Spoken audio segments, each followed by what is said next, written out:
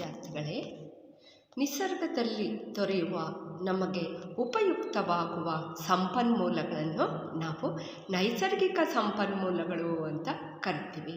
ಹಾಗೆ ನೈಸರ್ಗಿಕ ಸಂಪನ್ಮೂಲಗಳನ್ನು ನವೀಕರಣಗೊಳ್ಳುವ ಮತ್ತು ನವೀಕರಣಗೊಳ್ಳದ ಸಂಪನ್ಮೂಲಗಳು ಅಂತಂದು ಎರಡು ರೀತಿಯಾಗಿ ವಿಂಗಡಣೆಯನ್ನು ಮಾಡಿದ್ದಾರೆ. ಈ ದಿನ ನಾವು ಈ ನೈಸರ್ಗಿಕ ಸಂಪನ್ಮೂಲಗಳನ್ನು ಯಾವ ರೀತಿ ಸುಸ್ಥಿರವಾಗಿ ನಿರ್ವಹಣೆ ಮಾಡ್ತಾರೆ ಅನ್ನೋದ್ರ ಬಗ್ಗೆ ನಾವು ತಿಳಿಯೋಣ. ಈಗ ನಾವು ಸಂಪನ್ಮೂಲಗಳನ್ನು ನಿರ್ವಹಿಸುವ ಅಗತ್ಯ ಏನಿದೆ ಅನ್ನೋದನ್ನು ನಾವು ತಿಳ್ಕೊಳ್ಳೋಣ. ನಿಸರ್ಗದ ಸಂರಕ್ಷಣೆ ನಮ್ಮ ದೇಶದ ಸುದೀರ್ಘ ಸಂಪ್ರದಾಯ ಮತ್ತು ಸಂಸ್ಕೃತಿಗಳಿಗೆ ಹೋಲಿಸಿದರೆ ಸುಸ್ಥಿರ ಅಭಿವೃದ್ಧಿ ಮತ್ತು ನೈಸರ್ಗಿಕ ಸಂಪನ್ಮೂಲಗಳ ಸಂರಕ್ಷಣೆಯ ಇಂದಿನ ಜಾಗತಿಕ ಕಾಳಜಿಯು ಇತ್ತೀಚೆಗೆ ಹುಟ್ಟಿಕೊಂಡಿದೆ. ಹಾಗೆ ಸಂರಕ್ಷಣೆಯ ತತ್ವಗಳು ಮತ್ತು ಸುಸ್ಥಿರ ನಿರ್ವಹಣಾ ವಿಧಾನಗಳು ಪುರಾತನ ಭಾರತದಲ್ಲಿ ಸಹ ರೂಢಿಯಲ್ಲಿ ಇತ್ತು ಅಂತ ನಾವು ಹೇಳ್ಬೋದು. ನಮ್ಮ ಪುರಾತನ ಸಾಹಿತ್ಯಗಳಲ್ಲೆಲ್ಲ ಪರಿಸರದೆಡೆಗೆ ಮನುಷ್ಯರ ಕಾಳಜಿ ಮತ್ತು ಮೌಲ್ಯಗಳ ವೈಭವೀಕರಣ ಹಾಗೂ ಎಷ್ಟು ಉತ್ತಮವಾಗಿ ಸುಸ್ಥಿರ ನಿರ್ವಹಣೆಯ ತತ್ವಗಳನ್ನು ಅಳವಡಿಸಲಾಗಿದೆ ಎಂಬುದನ್ನು ನಾವು ತಿಳಿಬೋದಾಗಿದೆ. ಉಪನಿಷತ್ ಮತ್ತು ಸ್ಮೃತಿಗಳೇ ಮುಂತಾದ ಭಾರತೀಯ ಪುರಾಣಗಳು ಅರಣ್ಯಗಳ ಬಳಕೆ ಮತ್ತು ನಿರ್ವಹಣೆ ಹಾಗೂ ಅವುಗಳ ಸಂರಕ್ಷಣೆಯನ್ನು ಸೂಚ್ಯವಾಗಿ ಹೇಳುವ ಅನೇಕ ವಿವರಣೆಗಳನ್ನು ಒಳಗೊಂಡಿದೆ. ಹಾಗೆ ಈ ಅಂದರೆ ಬೇರೆ ಬೇರೆ ಇವುಗಳಲ್ಲಿ ನಾವು ಸಂಸ್ಕೃತದ ಶ್ಲೋಕಗಳಾಗಲಿ, ನಾವು ಪುರಾತನ ತತ್ವಗಳಾಗಲಿ ಅಲ್ಲಿ ಈ ನಿಸರ್ಗವನ್ನು ಅಂದರೆ ಭೂಮಿಯನ್ನು ಸಹ ಅವರು ಭೂಮಿಯ ಬಗ್ಗೆ ಎಲ್ಲ ವಿವರಣೆಯನ್ನು ನೀಡಿದ್ದಾರೆ. ಹಾಗೆ ನಮ್ಮ ದೈನಂದಿನ ಜೀವನದಲ್ಲಿ ಪರಿಸರ ಸಂರಕ್ಷಣೆಯ ವಿವಿಧ ಸಾಂಪ್ರದಾಯಿಕ ಆಚರಣೆಗಳನ್ನು ನಾವು ಕಾಣ್ಬೋದು. ಹಾಗೆ ನಾವು ಸಂಪನ್ಮೂಲಗಳನ್ನು ನಿರ್ವಹಿಸುವ ಅಗತ್ಯ ಯಾಕಿದೆ ಅಂದರೆ, ವೇದಗಳ ಕಾಲದಲ್ಲಿ ಅರಣ್ಯ ವರ್ಗಗಳ ಉತ್ಪಾದಕತೆ ಮತ್ತು ಸಂರಕ್ಷಣೆ ಬಗ್ಗೆಯೂ ಸಹ ವೇದಗಳಲ್ಲೂ ಸಹ ತಿಳಿಸಿದ್ದಾರೆ. ಅದೇ ರೀತಿ ಪವಿತ್ರ ತೋಪುಗಳು, ಪವಿತ್ರ ವಲಯಗಳು ಮತ್ತು ಬುಡಕಟ್ಟು ಜನರ ಅರಣ್ಯ ಸಂರಕ್ಷಣೆ ಚಟುವಟಿಕೆಗಳಂತಹ ವೈವಿಧ್ಯಮಯವಾದ ಸಾಂಸ್ಕೃತಿಕ ಭೂಪ್ರದೇಶಗಳನ್ನು ಸಹ ನಾವು ಕಾಣ್ಬೋದು. ಅದೇ ರೀತಿ ಇದರ ಜೊತೆಗೆ ಬುಡಕಟ್ಟು ಜನರ ಅರಣ್ಯ ಸಂರಕ್ಷಣೆ ಚಟುವಟಿಕೆಗಳು ಸಾಂಪ್ರದಾಯಿಕ ಪದ್ಧತಿ ಮತ್ತು ಧಾರ್ಮಿಕ ಆಚರಣೆಗಳಿಂದ ಪ್ರೇರಿತಗೊಂಡವು. ಹಾಗೆ ಅರಣ್ಯಗಳು ಜೀವ ವೈವಿಧ್ಯತೆ ಸೂಕ್ಷ್ಮ ತಾಣಗಳಾಗಿ ಬೆಳೆದವು. ಒಂದು ಪ್ರದೇಶದಲ್ಲಿ ಕಂಡುಬರುವ ಜೀವಿ ಪ್ರಭೇದಗಳ ಸಂಖ್ಯೆಯು ಆ ಪ್ರದೇಶದ ಜೀವ ವೈವಿಧ್ಯತೆಯ ಒಂದು ಮಾಪನವಾಗಿದೆ. ಆದಾಗ್ಯೂ ವಿಭಿನ್ನ ವ್ಯಾಪ್ತಿಯ ಜೀವಿ ವಿಧಗಳು ಅಂದರೆ ಬ್ಯಾಕ್ಟೀರಿಯಾ, ಶಿಲೀಂಧ್ರಗಳು, ಜರಿಗಿಡಗಳು, ಹೂ ಬಿಡುವ ಸಸ್ಯಗಳು, ದುಂಡು ಹುಳುಗಳು, ಕೀಟಗಳು, ಪಕ್ಷಿಗಳು, ಸರೀಸೃಪಗಳು ಇತ್ಯಾದಿ ಕೂಡ ಮುಖ್ಯವಾಗಿದೆ. ಸಂರಕ್ಷಣೆಯ ಬಹುಮುಖ್ಯ ಗುರಿ ಏನಂದರೆ, ನಾವು ಆನುವಂಶೀಯವಾಗಿ ಪಡೆದುಕೊಂಡಿರುವ ಜೀವ ವೈವಿಧ್ಯತೆಯನ್ನು ಉಳಿಸಿಕೊಳ್ಳಲು ಪ್ರಯತ್ನ ಮಾಡಬೇಕಾಗಿದೆ. ಹಾಗೆ ಈ ಅರಣ್ಯದ ಪಾಲುದಾರರು ಯಾರು ಅನ್ನೋದನ್ನು ನಾವು ಈಗ ತಿಳಿಯೋಣ. ನಾವೆಲ್ಲರೂ ಸಹ ಅನೇಕ ಅರಣ್ಯ ಉತ್ಪನ್ನಗಳನ್ನು ಆದರೆ ನಮ್ಮ ಸಂಪನ್ಮೂಲಗಳ ಅವಲಂಬನೆಗಳು ಅರಣ್ಯ ಉತ್ಪನ್ನಗಳ ಮೇಲೆ ಬದಲಾಗ್ತವೆ. ನಮ್ಮಲ್ಲಿ ಕೆಲವರು ಪರ್ಯಾಯಗಳನ್ನು ಒಪ್ಪಿಕೊಳ್ಳುತ್ತೇವೆ, ಇನ್ನು ಕೆಲವರು ಒಪ್ಪಿಕೊಳ್ಳುವುದಿಲ್ಲ. ನಾವು ಕಾಡುಗಳ ಸಂರಕ್ಷಣೆಯನ್ನು ಪರಿಗಣಿಸುವಾಗ ಪಾಲುದಾರರು ಯಾರು ಎಂಬುದನ್ನು ನಾವು ಗಮನಿಸಬೇಕಾದ ಅಗತ್ಯ ಇದೆ. ಈಗ ತಮ್ಮ ಜೀವನದ ಅನೇಕ ಅವಶ್ಯಕತೆಗಳಿಗಾಗಿ ಕಾಡಿನಲ್ಲಿ ಮತ್ತು ಅದರ ಸುತ್ತಮುತ್ತ ವಾಸಿಸುವ ಜನರು ಅರಣ್ಯ ಉತ್ಪನ್ನಗಳ ಮೇಲೆ ಅವಲಂಬಿತರಾಗುತ್ತಾರೆ. ಸರ್ಕಾರದ ಅರಣ್ಯ ಇಲಾಖೆಯು ಅರಣ್ಯ ಜಾಗದ ಒಡೆತನವನ್ನು ಹೊಂದಿದ್ದು ಅರಣ್ಯದಿಂದ ದೊರಕುವ ಸಂಪನ್ಮೂಲಗಳನ್ನು ನಿಯಂತ್ರಿಸುತ್ತದೆ. ತೆಂಡು ಎಲೆಗಳನ್ನು ಬಳಸಿ ಬೀಡಿ ಕಟ್ಟುವುದರಿಂದ ಹಿಡಿದು ಕಾಗದ ಕಾರ್ಖಾನೆಗಳ ಮಾಲೀಕರವರೆಗೂ ಕೈಗಾರಿಕೋದ್ಯಮಿಗಳು ಅನೇಕ ಅರಣ್ಯ ಉತ್ಪನ್ನಗಳನ್ನು ಬಳಸುತ್ತಾರೆ. ಆದರೆ ಅವರು ಯಾವುದೇ ಒಂದು ಪ್ರದೇಶದ ಅರಣ್ಯಗಳ ಮೇಲೆ ಅವಲಂಬಿತರಾಗಿರುವುದಿಲ್ಲ. ವನ್ಯಜೀವಿ ಮತ್ತು ನಿಸರ್ಗವನ್ನು ಪ್ರೀತಿಸುವ ಉತ್ಸಾಹಿಗಳು ನಿಸರ್ಗವನ್ನು ಅದರ ಮೂಲ ರೂಪದಲ್ಲೇ ಸಂರಕ್ಷಿಸಲು ಬಯಸುತ್ತಾರೆ. ಹಾಗೆ ಪಾಲುದಾರರು ಅಂದರೆ ಅರಣ್ಯದಲ್ಲಿ ವಾಸಿಸುವ ಜನರು ಸ್ಥಳೀಯ ಜನರಿಗೆ ಅಧಿಕ ಪ್ರಮಾಣದ ಉರುವಲು, ಸಣ್ಣ ಮರಮುಟ್ಟುಗಳು ಮತ್ತು ಹುಲ್ಲಿನ ಅಗತ್ಯ ಇರುತ್ತೆ. ಬಿದಿರುಗಳನ್ನು ಗುಡಿಸಲಿನ ಮೇಲ್ಛಾವಣಿ ಮತ್ತು ಆಹಾರವನ್ನು ಸಂಗ್ರಹಿಸಿ ಸಂರಕ್ಷಿಸಲು ಬಳಸುವ ಬುಟ್ಟಿಗಳ ತಯಾರಿಕೆಯಲ್ಲಿ ಬಳಸಲಾಗುತ್ತೆ. ಕೃಷಿಗೆ ಅಂದರೆ ಮೀನುಗಾರಿಕೆಗೆ ಮತ್ತು ಬೇಟೆಯಾಡಲು ಬಳಸುವ ಉಪಕರಣಗಳನ್ನು ಹೆಚ್ಚಾಗಿ ಮರಗಳನ್ನು ಬಳಸಿ ತಯಾರಿಸಲಾಗುತ್ತೆ. ಇದರ ಜೊತೆಗೆ ಜನರು ಅರಣ್ಯಗಳಿಂದ ಹಣ್ಣುಗಳು, ಬೀಜಗಳು ಮತ್ತು ಔಷಧಿಗಳನ್ನು ಸಂಗ್ರಹಿಸುತ್ತಾರೆ. ಅವರ ಜಾನುವಾರುಗಳು ಸಹ ಅರಣ್ಯ ಪ್ರದೇಶಗಳಲ್ಲಿ ಮೇಯ್ತವೆ ಅಥವಾ ಅರಣ್ಯಗಳಿಂದ ಸಂಗ್ರಹಿಸಿದ ಮೇವು ತಿನ್ನುತ್ತವೆ. ಅರಣ್ಯ ಸಂಪನ್ಮೂಲಗಳ ಈ ರೀತಿಯ ಬಳಕೆಯು ಅವುಗಳ ಬರಿದಾಗುವಿಕೆಗೆ ಕಾರಣವಾಗಿದೆ ಅನ್ನೋದನ್ನು ನಾವು ಇದರಿಂದ ತಿಳ್ಕೊಬೋದು. ಹಾಗೆ ಬ್ರಿಟಿಷರು ಬಂದು ನಮ್ಮ ಬಹುತೇಕ ಅರಣ್ಯಗಳನ್ನು ತಮ್ಮ ವಶಕ್ಕೆ ಪಡೆಯುವ ಮೊದಲೇ ಶತಮಾನಗಳಿಂದ ಈ ಅರಣ್ಯಗಳಲ್ಲಿ ಜನರು ವಾಸಿಸುತ್ತಿದ್ದರು. ಅವರು ಸಂಪನ್ಮೂಲಗಳನ್ನು ಸುಸ್ಥಿರ ರೀತಿಯಲ್ಲಿ ಬಳಸಿಕೊಳ್ಳುವ ಖಚಿತ ವಿಧಾನಗಳನ್ನು ಅಭಿವೃದ್ಧಿಪಡಿಸಿದರು. ಬ್ರಿಟಿಷರು ಅರಣ್ಯಗಳನ್ನು ತಮ್ಮ ನಿಯಂತ್ರಣಕ್ಕೆ ತೆಗೆದುಕೊಂಡ ನಂತರ ಅವರು ನಿಧೈರ್ಯವಾಗಿ ಅವುಗಳನ್ನು ತಮ್ಮ ಸ್ವಂತ ಉದ್ದೇಶಗಳಿಗಾಗಿ ದುರುಪಯೋಗಪಡಿಸಿಕೊಂಡಿದ್ದರು. ಈ ಜನರು ಬಲವಂತವಾಗಿ ತುಂಬ ಸಣ್ಣ ಪ್ರದೇಶಗಳ ಮೇಲೆ ಅವಲಂಬಿತರಾಗಿರಬೇಕಾಯಿತು ಮತ್ತು ಸ್ವಲ್ಪ ಮಟ್ಟಿಗೆ ಅರಣ್ಯ ಸಂಪನ್ಮೂಲಗಳು ಹೆಚ್ಚು ದುರುಪಯೋಗಗೊಳ್ಳಲು ಪ್ರಾರಂಭವಾಯಿತು. ಸ್ವತಂತ್ರ ಭಾರತದಲ್ಲಿ ಅರಣ್ಯ ಇಲಾಖೆಯು ಬ್ರಿಟಿಷರಿಂದ ಅರಣ್ಯಗಳ ಜವಾಬ್ದಾರಿಯನ್ನು ವಹಿಸಿಕೊಂಡಿದೆ. ಹಾಗೆ ನಿರ್ವಹಣಾ ವಿಧಾನಗಳಲ್ಲಿ ಸ್ಥಳೀಯ ಜ್ಞಾನ ಮತ್ತು ಸ್ಥಳೀಯ ಅವಶ್ಯಕತೆಗಳನ್ನು ಕಡೆಗಣಿಸುವುದು ಮುಂದುವರೆದಿದೆ. ಹೀಗೆ ವಿಶಾಲವಾದ ಅರಣ್ಯ ಪ್ರದೇಶಗಳನ್ನು ಪೈನ್, ತೇಗ ಅಥವಾ ನೀಲಗಿರಿಯಂತಹ ಏಕ ಫಸಲಿನ ಕೃಷಿ ಭೂಮಿಯಾಗಿ ಪರಿವರ್ತಿಸಲಾಗಿದೆ. ಹಾಗೆ ಈ ಮರಗಳನ್ನು ಬಳಸುವ ಸಲುವಾಗಿ ಮೊದಲಿಗೆ ಬೃಹತ್ ಪ್ರದೇಶಗಳಲ್ಲಿನ ಎಲ್ಲ ಸಸ್ಯವರ್ಗಗಳನ್ನು ತೆರವುಗೊಳಿಸಲಾಗುತ್ತದೆ. ಹಾಗೆ ಪಾಲುದಾರರು ಮತ್ತಷ್ಟು ಅಂದರೆ ಈಗ ಬೃಹತ್ ಪ್ರಮಾಣದ ಜೀವಿ ವೈವಿಧ್ಯತೆಯನ್ನು ನಾಶ ಮಾಡ್ತಾರೆ. ಅಲ್ಲದೆ ಸ್ಥಳೀಯ ಜನರು ವಿವಿಧ ಅವಶ್ಯಕತೆಗಳಾದ ಮೇವಿಗಾಗಿ ಎಲೆಗಳು, ಗಿಡಮೂಲಿಕೆ ಔಷಧಿಗಳು, ಹಣ್ಣು ಮತ್ತು ಬೀಜಗಳಂತಹ ಆಹಾರಗಳು ದೀರ್ಘಕಾಲದವರೆಗೆ ಇಂತಹ ಕಾಡುಗಳಿಂದ ಪೂರೈಕೆಯಾಗಲು ಸಾಧ್ಯವಿಲ್ಲ. ಇಂತಹ ನೆಡುತೋಪುಗಳು ನಿರ್ದಿಷ್ಟ ಉತ್ಪನ್ನಗಳನ್ನು ತಯಾರಿಸುವ ಕೈಗಾರಿಕೆಗಳಿಗೆ ಉಪಯುಕ್ತವಾಗಿದೆ ಮತ್ತು ಅರಣ್ಯ ಇಲಾಖೆಗೆ ಒಂದು ಪ್ರಮುಖ ಆದಾಯ ಮೂಲ ಆಗಿದೆ. ಹಾಗೆ ಕೈಗಾರಿಕೆಗಳು, ಅರಣ್ಯಗಳು ಈ ಕಚ್ಚಾ ಪದಾರ್ಥಗಳನ್ನು ಕಾರ್ಖಾನೆಗಳಿಗೆ ಒದಗಿಸುವ ಆಕರ ಎಂದು ನಾವು ತಿಳ್ಕೊಂಡಿದ್ವಿ. ಅದೇ ರೀತಿ ಕಚ್ಚಾ ವಸ್ತುಗಳನ್ನು ತೋರಿಕೆ ಕಡಿಮೆ ದರದಲ್ಲಿ ಖರೀದಿಸಲು ಬೃಹತ್ ಆಸಕ್ತ ಗುಂಪುಗಳು ಸರ್ಕಾರದಲ್ಲಿ ಲಾಬಿ ಮಾಡ್ತಾವೆ. ಆದ್ದರಿಂದ ನಾವು ಒಂದು ಅರಣ್ಯ ಪ್ರದೇಶ ಸೂಕ್ತ ಪ್ರಮಾಣದಲ್ಲಿ ಕೆಲವು ಉತ್ಪನ್ನಗಳನ್ನು ಎಲ್ಲ ಪೀಳಿಗೆಗೂ ಬರುವಂತೆ ನಿರಂತರವಾಗಿ ಒದಗಿಸುವ ಖಾತರಿಯನ್ನು ನೀಡುವ ಯಾವುದೇ ಜವಾಬ್ದಾರಿ ನಾವು ಹೊಂದಿರಲ್ಲ. ಈ ರೀತಿ ಈ ಸ್ಥಳೀಯ ಜನರು ಕಾಡನ್ನು ಅಂದರೆ ಸಂರಕ್ಷಣೆ ಮಾಡಬೇಕಾಗಿರೋ ಜಾಗದಲ್ಲಿ ನಾಶವನ್ನು ಮಾಡ್ತಾಯಿದ್ದಾರೆ.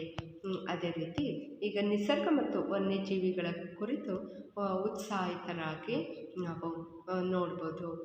ಹಾಗೆ ಸಂರಕ್ಷಣಾಕಾರರು ಮೊದಲು ದೊಡ್ಡ ಪ್ರಾಣಿಗಳಾದ ಸಿಂಹಗಳು, ಹುಲಿಗಳು, ಆನೆಗಳು ಮತ್ತು ಖಡ್ಗಮೃಗಗಳನ್ನು ಸಂರಕ್ಷಣೆಗಾಗಿ ಗುರುತಿಸಿದರೆ, ಈಗ ಇಡೀ ವೈವಿಧ್ಯತೆಯನ್ನು ಸಂರಕ್ಷಿಸುವ ಅಗತ್ಯ ಇದೆ. ಹಾಗೆ ಅರಣ್ಯ ವ್ಯವಸ್ಥೆಯನ್ನು ರೂಪಿಸುವ ಭಾಗವೆಂದು ಇಂಥ ಜನರನ್ನು ನಾವು ಗುರುತಿಸ್ತೀವಿ. ಅಂದರೆ ಸ್ಥಳೀಯ ಜನರು ಅರಣ್ಯ ಸಂರಕ್ಷಣೆಯಲ್ಲಿ ಪಾಲ್ಗೊಂಡಿದ್ದವರು. ಅಂದರೆ ರಾಜಸ್ಥಾನದ ಬಿಷ್ಣೋಯಿ ಅವರು. ಈಗ ಉದಾಹರಣೆಗೆ ರಾಜಸ್ಥಾನದ ಬಿಷ್ಣೋಯಿ ಸಮುದಾಯದ ಪ್ರಕರಣ, ಅರಣ್ಯ ಮತ್ತು ವನ್ಯಜೀವಿಗಳ ಸಂರಕ್ಷಣೆಯು ಅವರಿಗೆ ಒಂದು ಧಾರ್ಮಿಕ ಸಿದ್ಧಾಂತವಾಗಿದೆ. ಈ ಪರಿಸರ ಪ್ರೇಮಿ ಜನರು ಶತಮಾನಗಳಿಂದ ಸಸ್ಯ ಹಾಗೂ ಪ್ರಾಣಿ ವರ್ಗ ನೈಸರ್ಗಿಕ ಸಂಪನ್ಮೂಲಗಳ ಸುಸ್ಥಿರ ನಿರ್ವಹಣೆ ಸಂರಕ್ಷಣೆಯಲ್ಲಿ ತೊಡಗಿಸಿಕೊಂಡಿದ್ದರು. ಪರಿಸರ ಸಂರಕ್ಷಣೆಗಾಗಿ ತಮ್ಮ ಜೀವವನ್ನು ತ್ಯಾಗ ಮಾಡುವ ಹಂತಕ್ಕೂ ಹೋಗಬಲ್ಲರು. ಹಾಗೆ ರಾಜಸ್ಥಾನದ ಬಿಷ್ಣೋಯಿ ಎಲ್ಲ ಜೀವಿಗಳು ಬದುಕುವ ಹಾಗೂ ಸಂಪನ್ಮೂಲಗಳನ್ನು ಸಮನಾಗಿ ಹಂಚಿಕೊಳ್ಳುವ ಹಕ್ಕನ್ನು ಹೊಂದಿದೆ ಎಂಬ ಮೂಲಭೂತ ತತ್ವದ ಆಧಾರದ ಮೇಲೆ ಅವರು ಬದುಕುತ್ತಿದ್ದಾರೆ.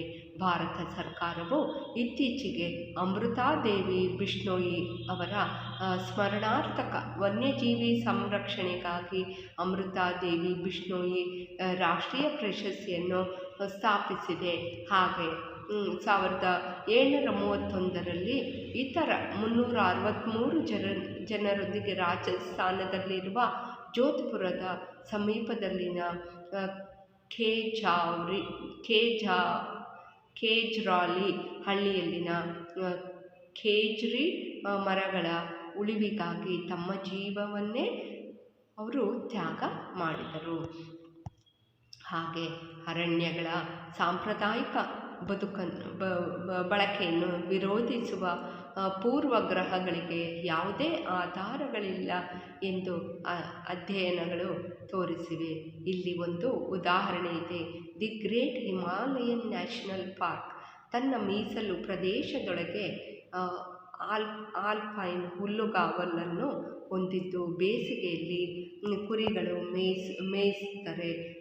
ಜೊತೆಗೆ ಪ್ರತಿ ಬೇಸಿಗೆಯಲ್ಲಿ ಅಲೆಮಾರಿ ಕುರಿಗಾಹಿಗಳು ತಮ್ಮ ಕುರಿಗಳನ್ನು ಮೇಯಲು ಕಣಿವೆಯಿಂದ ಮೇಲಕ್ಕೆ ಹೊಡೆಯುತ್ತಿದ್ದರು.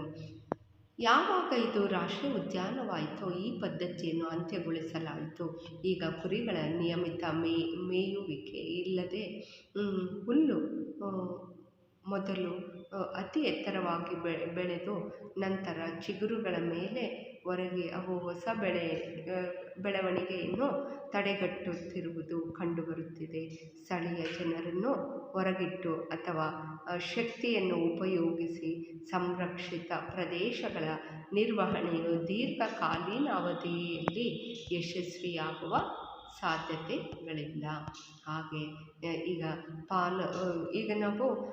ಈಗ ಪಾಲುದಾರರು ಅಂದರೆ ಯಾವುದೇ ಪ್ರಕರಣಗಳಲ್ಲಿ ಅರಣ್ಯಗಳಿಗಾಗಿ ಹಾನಿಯನ್ನು ಕೇವಲ ಸ್ಥಳೀಯ ಜನರೇ ಕಾರಣ ಅಂತ ಹೇಳೋಕ್ಕಾಗಲ್ಲ.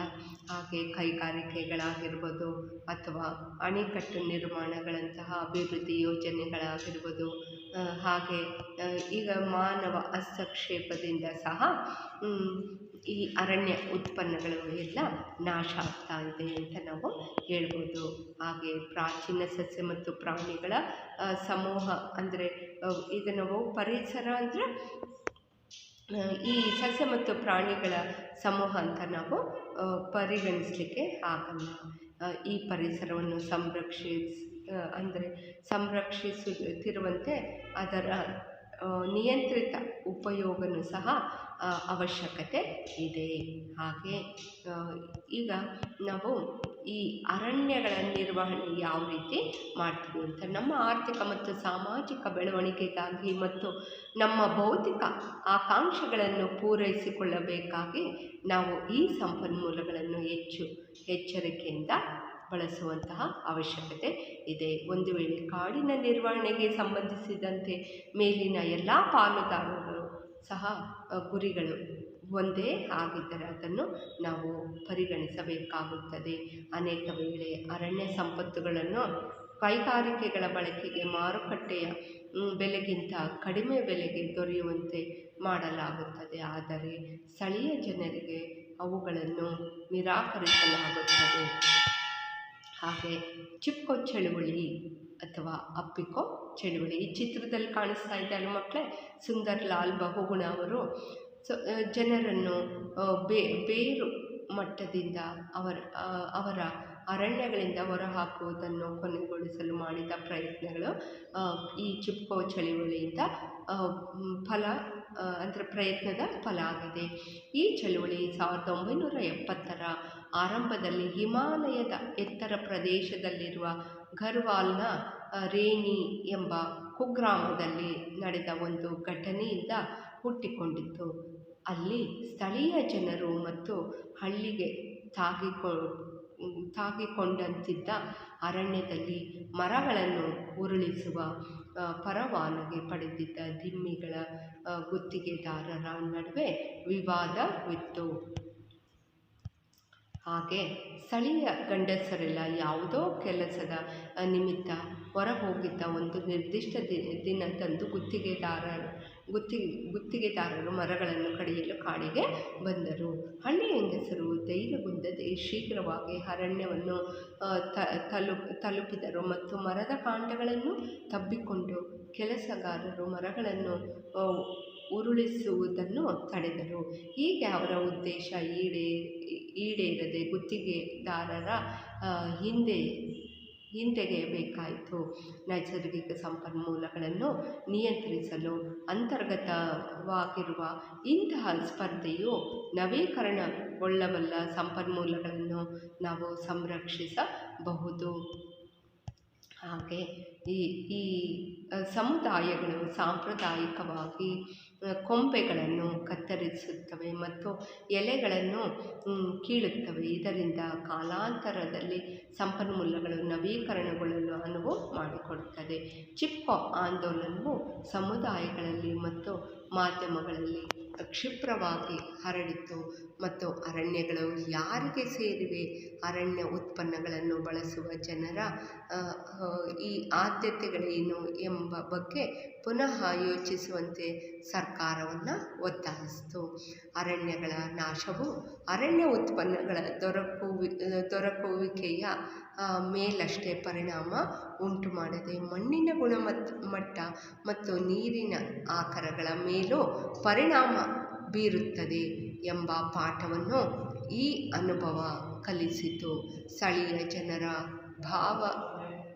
ಭಾಗವಹಿಸುವಿಕೆಯು ನಿಜವಾಗಿಯೂ ಅರಣ್ಯಗಳ ಸಮರ್ಥ ನಿರ್ವಹಣೆಗೆ ಎಡೆ ಮಾಡಿಕೊಡಲಾಯಿತು. 1972ರಲ್ಲಿ ಪಶ್ಚಿಮ ಬಂಗಾಳದ ಅರಣ್ಯ ಇಲಾಖೆಯು ರಾಜ್ಯದ ನೈಋತ್ಯ ಜಿಲ್ಲೆಗಳಲ್ಲಿ ನಶಿಸಿ ಹೋದ ಸಾಲ್ ಅರಣ್ಯಗಳನ್ನು ಪುನರುಜ್ಜೀವನಗೊಳಿಸುವಲ್ಲಿನ ಅವರ ವೈಫಲ್ಯಗಳನ್ನು ಗುರುತಿಸಿತು. ನೀತಿ ರೂಪಣೆ ಮತ್ತು ಮೇಲ್ವಿಚಾರಣೆಗಳ ಸಾಂಪ್ರದಾಯಿಕ ವಿಧಾನಗಳು ಜನರನ್ನು ಆಡಳಿತದಿಂದ ಸಂಪೂರ್ಣವಾಗಿ ಹೊರಹಾಕುವಿಕೆಗೆ ಎಡೆ ಮಾಡಿಕೊಟ್ಟಿತು. ಇದರ ಪರಿಣಾಮವಾಗಿ ಅರಣ್ಯಾಧಿಕಾರಿಗಳು ಮತ್ತು ಹಳ್ಳಿಗರ ನಡುವೆ ಆಗಾಗ್ಗೆ ಕಲಹಗಳು ಸಾಮಾನ್ಯವಾದವು. ಈ ಪ್ರದೇಶದ ಅರಣ್ಯ ಮತ್ತು ಜಮೀನಿಗೆ ಸಂಬಂಧಿಸಿದ ಘರ್ಷಣೆಗಳು ಕೂಡ ನಕ್ಸಲೀಯ ನೇತೃತ್ವದ ಉಗ್ರ ರೈತ ಚಳುವಳಿಯನ್ನು ಉದ್ದೇಶಿಸಿದ ಪ್ರಮುಖ ಅಂಶವಾಗಿದೆ. ಇಲಾಖೆಯು ತನ್ನ ತಂತ್ರವನ್ನು ಬದಲಿಸಿತು. ಈ ಕಾರ್ಯಾಚರಣೆಯನ್ನು ಮಿಡ್ನಾಪುರ ಜಿಲ್ಲೆಯ ಅರವಾರಿ ಅರಣ್ಯ ವ್ಯಾಪ್ತಿಯಲ್ಲಿ ಪ್ರಾರಂಭಿಸಿತು. ಹಾಗೆ ಇಲ್ಲಿ ದೂರದೃಷ್ಟಿಯುಳ್ಳ ಅರಣ್ಯಾಧಿಕಾರಿ A.K. ಬ್ಯಾನರ್ಜಿಯವರ ವಿನಂತಿ ಮೇರೆಗೆ ಗ್ರಾಮಸ್ಥರು 1272 ಹೆಕ್ಟೇರಷ್ಟಿರುವ ಕೆಳಮಟ್ಟದ ಸಾಲ್ ಅರಣ್ಯಗಳ ರಕ್ಷಣೆಯಲ್ಲಿ ಪಾಲ್ಗೊಂಡರು. ರಕ್ಷಣಾ ಕಾರ್ಯದಲ್ಲಿ ಸಹಾಯ ಮಾಡಿದ್ದರಿಂದ ಗ್ರಾಮಸ್ಥರಿಗೆ ಮರ ಸಾಕಣೆ ಮತ್ತು ಕೊಯ್ಲು ಕಾರ್ಯಾಚರಣೆಗಳಲ್ಲಿ ಉದ್ಯೋಗ ನೀಡಲಾಯಿತು. ಅಂತಿಮ ಕೊಯ್ಲಿನ ಶೇಕಡ 25% ಉರುವಲು ಹಾಗೂ ಮೇವಿನ ಸಂಗ್ರಹಣೆಯನ್ನು ಕನಿಷ್ಠ ಶುಲ್ಕವನ್ನು ಪಾವತಿಸಿ ಪಡೆಯಲು ಅನುಮತಿ ನೀಡಲಾಯಿತು. ಸ್ಥಳೀಯ ಸಮುದಾಯದವರು ಸಕ್ರಿಯ ಹಾಗೂ ಆಸಕ್ತಿದಾಯಕ ಭಾಗವಹಿಸುವಿಕೆಯಿಂದ ಅರಬಾರಿಯ ಸಾಲ್ ಅರಣ್ಯಗಳು 1983ರಲ್ಲಿ ಗಮನಾರ್ಹವಾಗಿ ಚೇತರಿಸಿಕೊಂಡವು. ಈ ಮುಂಚೆ ನಿಷ್ಪ್ರಯೋಜಕವಾಗಿದ್ದ ಅರಣ್ಯದ ಮೌಲ್ಯವು ಈಗ 12.5 ಕೋಟಿ ರೂಪಾಯಿಗಳಾಗಿತ್ತು. ಹಾಗೆ ನೀರು ಭೂಮಿಯ ಮೇಲೆ ಕಂಡುಬರುವ ಎಲ್ಲ ಜೀವಿಗಳ ಒಂದು ಮೂಲಭೂತ ಅಗತ್ಯವಾಗಿದೆ. ಸಂಪನ್ಮೂಲವಾಗಿ ನೀರಿನ ಪ್ರಾಮುಖ್ಯತೆ, ಜಲಚಕ್ರ ಮತ್ತು ಮನುಷ್ಯನ ಹಸ್ತಕ್ಷೇಪವು ನೀರಿನ ಆಕರಗಳನ್ನು ಹೇಗೆ ಮಲಿನಗೊಳಿಸುತ್ತವೆ ಎಂಬುದರ ಬಗ್ಗೆ ನಾವು 9ನೇ ತರಗತಿಯಲ್ಲಿ ನಾವು ಓದಿದ್ದೀವಿ ಅಲ್ವಾ ಮಕ್ಕಳೇ. ಆದಾಗ್ಯೂ ಮಾನವನ ಹಸ್ತಕ್ಷೇಪವು ಅನೇಕ ಪ್ರದೇಶಗಳಲ್ಲಿ ನೀರಿನ ಲಭ್ಯತೆಯನ್ನು ಕೂಡ ಬದಲಾಯಿಸಿತು. ಹಾಗೆ ನೀರಿನ ಲಭ್ಯತೆ ಹೇರಳವಾಗಿರುವ ಪ್ರದೇಶಗಳನ್ನು ಮತ್ತು ನೀರಿನ ಕೊರತೆ ಕಂಡು ಬರುವ ಪ್ರದೇಶಗಳನ್ನು ನಾವು ಈ ಚಿತ್ರದಲ್ಲಿ ನಾವು ಗುರುತಿಸ್ಬೋದು. ಹಾಗೆ ಮಳೆ ಮಾದರಿಯ ಅಂದರೆ ಎಲ್ಲರಿಗಾಗಿ ನೀರು. ಈಗ ಮಳೆ ಮಾದರಿಯ ಅಧ್ಯಯನವು ಭಾರತದ ಹಲವು ಪ್ರದೇಶಗಳಲ್ಲಿನ ನೀರಿನ ಲಭ್ಯತೆಯ ಬಗೆಗಿನ ಹಿಂದಿನ ಸತ್ಯವನ್ನು ಬಹಿರಂಗಪಡಿಸಲಿಲ್ಲ. ಈಗ ನೋಡ್ರಿ ಮಕ್ಕಳೇ, ನಾವು ಅನೇಕ ಕಡೆ ಭಾಳಷ್ಟು ಈ ನೀರಿನ ಲಭ್ಯತೆ ಕಡಿಮೆ ಇರೋದನ್ನು ನಾವು ಕಾಣ್ಬೋದಲ್ವಾ. ನಿಸರ್ಗದ ಮಾನ್ಸೂನ್ ಔದಾರ್ಯದ ಹೊರತಾಗಿಯೂ ತೀವ್ರತರದ ಅರಣ್ಯನಾಶ, ಹೆಚ್ಚು ನೀರು ಬೇಡುವ ತಳಿಗಳ ಕಡೆಗೆ ತಿರುಗುವುದು ಮತ್ತು ಕೈಗಾರಿಕಾ ತ್ಯಾಜ್ಯ ಹಾಗೂ ನಗರಗಳ ತ್ಯಾಜ್ಯಗಳಿಂದ ಉಂಟಾದ ಮಾಲಿನ್ಯ ಇವುಗಳಿಂದಾಗಿ ಲಭ್ಯವಿರುವ ಅಂತರ್ಜಲವನ್ನು ಉಳಿಸಿಕೊಳ್ಳುವಲ್ಲಿ ನಾವು ದೊಡ್ಡ ಮಟ್ಟದಲ್ಲಿ ವಿಫಲರಾಗಿದ್ದೇವೆ. ಅಣೆಕಟ್ಟುಗಳು, ಕೆರೆಗಳು ಮತ್ತು ಕಾಲುವೆಗಳಂತಹ ನೀರಾವರಿ ವಿಧಾನಗಳನ್ನು ಪುರಾತನ ಕಾಲದಿಂದಲೂ ಭಾರತದ ವಿವಿಧ ಭಾಗಗಳಲ್ಲಿ ಬಳಸಲಾಗ್ತಾ ಇದೆ. ಹಾಗೆ ಇವುಗಳು ಸಾಮಾನ್ಯವಾಗಿ ಸ್ಥಳೀಯ ಮಧ್ಯಸ್ಥಿಕೆಗಳಿಗೆ ಒಳಪಟ್ಟು ಸ್ಥಳೀಯರಿಂದ ನಿರ್ವಹಿಸಲ್ಪಡುತ್ತಿದ್ದವು ಮತ್ತು ಕೃಷಿ ಹಾಗೂ ದೈನಂದಿನ ಜೀವನಕ್ಕೆ ಅಗತ್ಯವಾದ ಕನಿಷ್ಠ ಮೂಲಭೂತ ಅವಶ್ಯಕತೆಗಳನ್ನು ವರ್ಷಪೂರ್ತಿ ಒದಗಿಸುವ ಭರವಸೆಯನ್ನು ನೀಡುತ್ತಿದ್ದವು. ಈ ಸಂಗ್ರಹಿತ ನೀರಿನ ಬಳಕೆಯನ್ನು ಕಟ್ಟುನಿಟ್ಟಾಗಿ ನಿಯಂತ್ರಿಸಲಾಗುತ್ತಿತ್ತು ಮತ್ತು ದಶಕಗಳ ಶತಮಾನಗಳ ಅನುಭವದಿಂದ ನೀರಿನ ಲಭ್ಯತೆಯ ಆಧಾರದ ಮೇಲೆ ಗರಿಷ್ಠ ಇಳುವರಿ ನೀಡುವ ಬೆಳೆಯ ವಿಧಾನಗಳು ಬಳಕೆಯಲ್ಲಿದ್ದವು. ಈ ನೀರಾವರಿ ವಿಧಾನಗಳ ನಿರ್ವಹಣೆಯೂ ಕೂಡ ಒಂದು ಸ್ಥಳೀಯ ವ್ಯವಹಾರವಾಗಿತ್ತು. ಹಾಗೆ ದೊಡ್ಡ ಅಣೆಕಟ್ಟುಗಳು ಮತ್ತು ಹೆಚ್ಚು ದೂರ ಕ್ರಮಿಸುವ ಕಾಲುವೆಗಳಂತಹ ದೊಡ್ಡ ಪ್ರಮಾಣದ ಯೋಜನೆಗಳ ಪರಿಕಲ್ಪನೆಗಳನ್ನು ಮೊದಲು ಬ್ರಿಟಿಷರಿಂದ, ನಂತರ ಹೊಸದಾಗಿ ರೂಪುಗೊಂಡ ನಮ್ಮ ಸ್ವತಂತ್ರ ಸರ್ಕಾರದಿಂದ ವಿಪರೀತ ಉತ್ಸಾಹದಿಂದ ಈ ಕಾರ್ಯ ರೂಪುಗೊಂಡಿತು ಅನ್ನೋದನ್ನು ನಾವು ಹೇಳ್ಬೋದು. ಹಾಗೆ ಬೃಹತ್ ಯೋಜನೆಗಳು ಸ್ಥಳೀಯ ನೀರಾವರಿ ವಿಧಾನಗಳ ಅವಗಣನೆಗೆ ಎಡೆ ಮಾಡಿಕೊಟ್ಟಿತು ಮತ್ತು ಸರ್ಕಾರವು ಕೂಡ ಹೆಚ್ಚಾಗಿ ಅವುಗಳ ನಿರ್ವಹಣೆಯನ್ನು ತನ್ನ ವಶಕ್ಕೆ ಪಡೆಯುತ್ತಾ ಹೋಯಿತು. ಹಾಗೆ ಹಿಮಾಚಲ ಪ್ರದೇಶದಲ್ಲಿನ ಕುಲ್ಸ್ಗಳು ಈಗ ಸುಮಾರು 400 ವರ್ಷಗಳ ಹಿಂದೆ ಹಿಮಾಚಲ ಪ್ರದೇಶದ ಕೆಲವು ಭಾಗಗಳಲ್ಲಿ ಕುಲ್ಸ್ಗಳೆಂದು ಕರೆಯಲ್ಪಡುವ ಸ್ಥಳೀಯ ಕಾಲುವೆ ನೀರಾವರಿ ವ್ಯವಸ್ಥೆ ಅಭಿವೃದ್ಧಿ ಹೊಂದಿತು. ಅಂದರೆ ಬೇರೆ ಬೇರೆ ಪ್ರದೇಶಗಳಲ್ಲಿ ಬೇರೆ ಬೇರೆ ರೀತಿಯಾಗಿರುವಂತಹ ನೀರಾವರಿಯನ್ನು ಅಭಿವೃದ್ಧಿಗೊಳಿಸಲಾಯಿತು. ಹಾಗೆ ತೊರೆಗಳಲ್ಲಿ ಹರಿಯುವ ನೀರನ್ನು ಮಾನವ ನಿರ್ಮಿತ ಕಾಲುವೆಗಳಿಗೆ ತಿರುಗಿಸಲಾಗುತ್ತಿತ್ತು. ಇದು ನೀರನ್ನು ಬೆಟ್ಟದ ಕೆಳಗಿರುವ ಅಸಂಖ್ಯಾತ ಹಳ್ಳಿಗಳಿಗೆ ತೆಗೆದುಕೊಂಡು ಹೋಗುತ್ತಿದ್ದವು. ಈ ಕುಲಸ್ಗಳಲ್ಲಿ ಹರಿಯುವ ನೀರಿನ ನಿರ್ವಹಣೆಯನ್ನು ಎಲ್ಲ ಹಳ್ಳಿಗಳ ನಡುವೆ ಮಾಡಿಕೊಂಡ ಒಂದು ಸಾಮಾನ್ಯ ಒಪ್ಪಂದದನ್ವಯ ಮಾಡಲಾಗುತ್ತಿತ್ತು. ಹಾಗೆ ನಾವು ಈ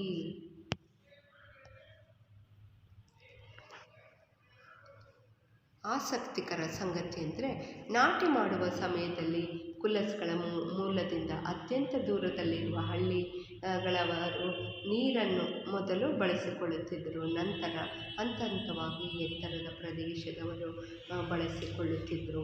ಹೀಗೆ ಕುಲಸ್ಗಳನ್ನು 2 ಅಥವಾ 3 ವ್ಯಕ್ತಿಗಳು ನಿರ್ವಹಿಸುತ್ತಿದ್ದರು. ಅವರಿಗೆ ಗ್ರಾಮಸ್ಥರಿಂದ ವೇತನ ಸಂದಾಯವಾಗುತ್ತಿತ್ತು. ನೀರಾವರಿಯ ಜೊತೆಗೆ ಕುಲಸ್ಗಳಿಂದ ಪಡೆದ ನೀರನ್ನು ಮಣ್ಣಿನಲ್ಲಿ ಇಂಗಿಸಲಾಗುತ್ತಿತ್ತು ಮತ್ತು ಕೆಲವು ನಿರ್ದಿಷ್ಟ ಬಿಂದುಗಳಲ್ಲಿ ನೀರಿನ ಬುಗ್ಗೆಗಳಿಗೆ ಹೂಡಿಸಲಾಗುತ್ತಿತ್ತು.